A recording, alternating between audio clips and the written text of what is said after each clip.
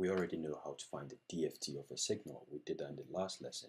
So we're going to use our calculate signal DFT function to find the DFT of this ECG signal. But before we do that, let's create a new array over here to store the real part and the imaginary part of the frequency domain of the ECG signal. So I'm just going to come here and say float 32 underscore t, and I'll say ECG underscore REX, and this is going to be, then actually let's define ECG length over here. I'm going to come here and say define ECG length. Then the length of the ECG signal is 640.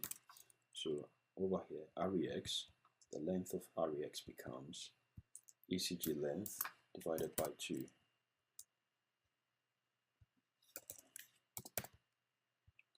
And down here we can have float 32 underscore t ECG IMX, and the length of ECG IMX is also ECG length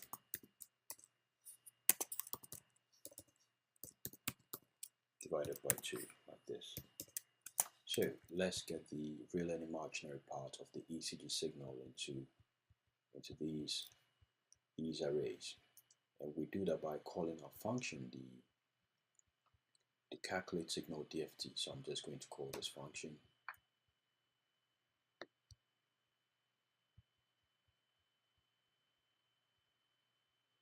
We can delete this, plotting the input ECG signal. Then this one here is the source array. Address of the source array, we already know what it is. It's this one here.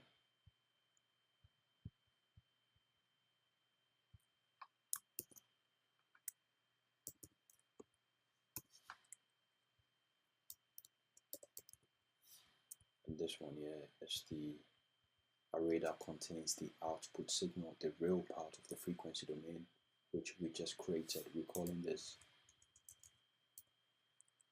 ECG underscore REX.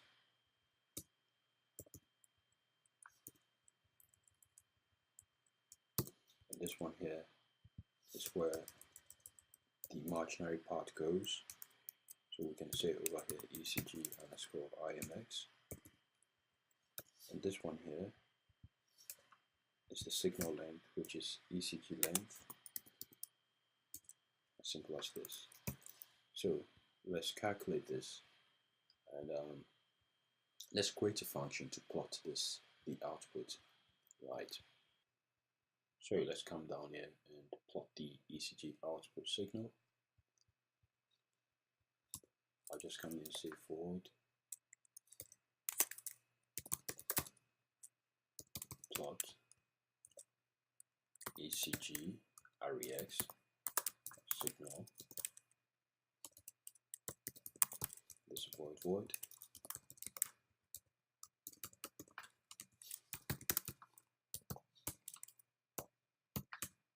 I'm sure you're used to writing these functions by now. So it's as simple as I equals 0, I is less than 640 divided by 2, or we can say ECG length divided by 2, because that's the length of the REX signal, and then I plus plus.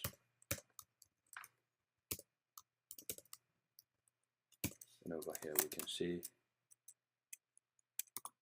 we create a global variable called ECG REX sample.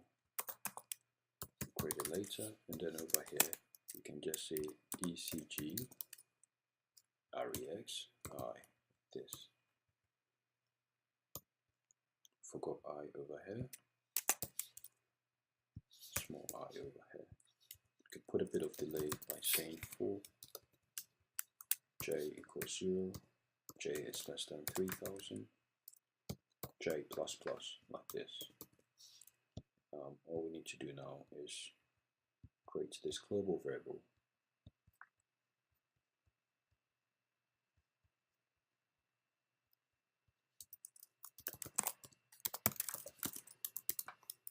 Then we need the function prototype up here as well.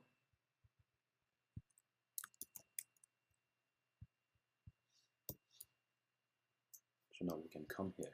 Once we calculate the ECG signal, we can plot the REX. And what we want to plot, remember there are negative and positive components. So once we calculate the DFT, we want to get a magnitude of the real part. So once we get a magnitude, then we plot. So we're going to put a get magnitude function over here, like this. Right. Now we are ready to rebuild and download onto our board. Click over here to rebuild. And I'll click here to download onto my board. Then I'll click here to open it, the debug view.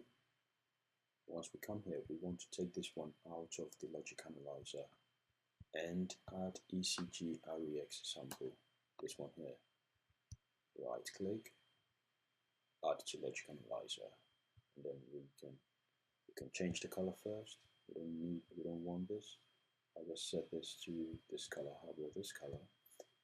And then close, and then adaptive like this. And we click here to run. This is what it looks like. So this is the real part of the frequency domain of the ECG signal.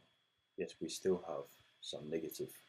We still have some of it plotted in the negative here. We can fix that. And I think the magnitude function we used is for the sine wave. Let's see how the magnitude gets DFT output mark. Let's see how this is implemented. I'll just right click, go to definition.